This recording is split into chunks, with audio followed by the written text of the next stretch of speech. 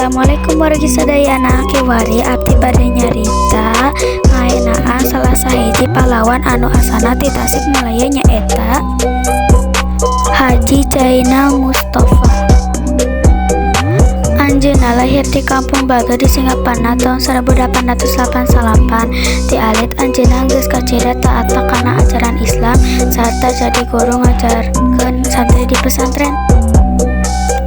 Nalika zaman penjajahan Jepang, Haji Zainal Mustofa teu daek kana parentah Jepang anu nganiaya rakyat serta maksa seikirai atau menyembah ke kaisar.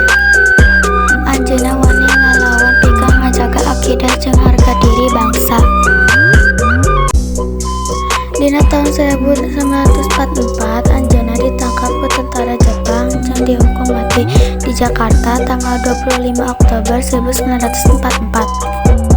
Sanajan kitu perjuangan tetep hirup dina hate urang Sunda, utamana masyarakat Tasikmalaya.